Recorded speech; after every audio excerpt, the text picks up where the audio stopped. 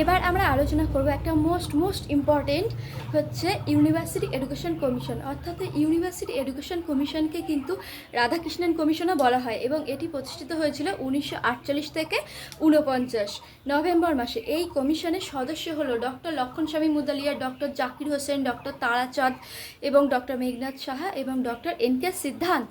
এবং এর যে 3জন বিদেশি সদস্য ছিলেন, একটাও কিন্তু মোস্ট ইম্পর্টেন্ট, যে 3জন বিদেশি সদস্য ইউনিভার্সিটি এডুকেশন কমিশনের আন্ডারে অর্থাৎ রাধাকৃষ্ণন কমিশনের আন্ডারে, সেগুলোকে তারা ছিলেন doctor James F Duff, doctor Arthur E Morgan এবং ডক্টর টি গার্ড।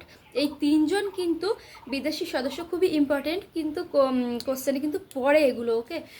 এবং হচ্ছে 1989 পৃষ্ঠার রিপোর্ট, এটাও কিন্তু কোশ্চেনে পড়ে এসএলএসটি কিংবা হ্যাঁ অবশ্যই এসএলএসটিতেই পড়বে, যে 989 পৃষ্ঠার রিপোর্ট।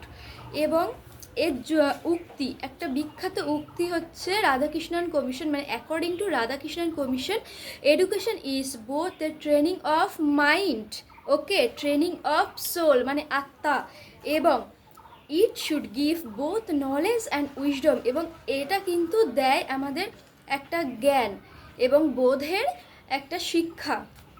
এবং এর পাঠ্যক্রম কী ছিল? পাঠ্যক্রম ছিল স্বপাঠক্রমিক শিক্ষা এবং কৃষিবিদ্যা, কারিগরি শিক্ষা, বয়স্ক শিক্ষা, গ্রামীণ বিশ্ববিদ্যালয় শিক্ষা, ধর্মীয় শিক্ষা, আঞ্চলিক ভাষাকে সমৃদ্ধ করা।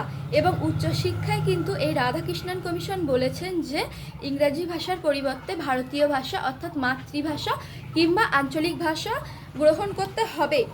এবং এর ইংরাজি ভাষা নিয়েও একটা উক্তি আছে, সেটা বলি চলো, যে ইংরাজি ভাষা আমাদের দেশের শিক্ষা ও বৈদিক জগতে এক গুরুত্বপূর্ণ স্থান অধিকার করে থাকবে।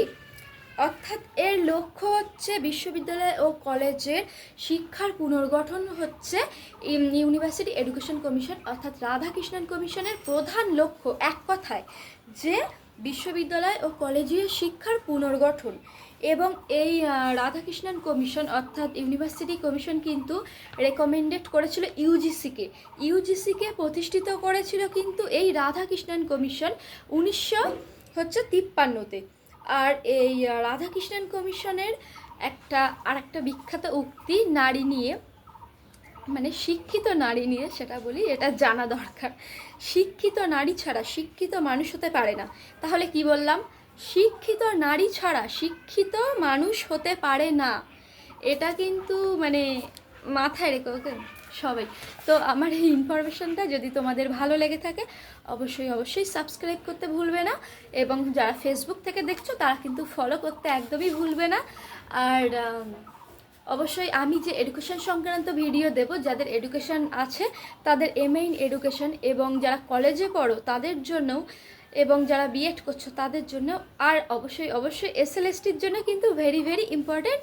তো অবশ্যই চ্যানেলটা সাবস্ক্রাইব করে রাখো ও ফলো করে রাখো, ওকে, টাটা।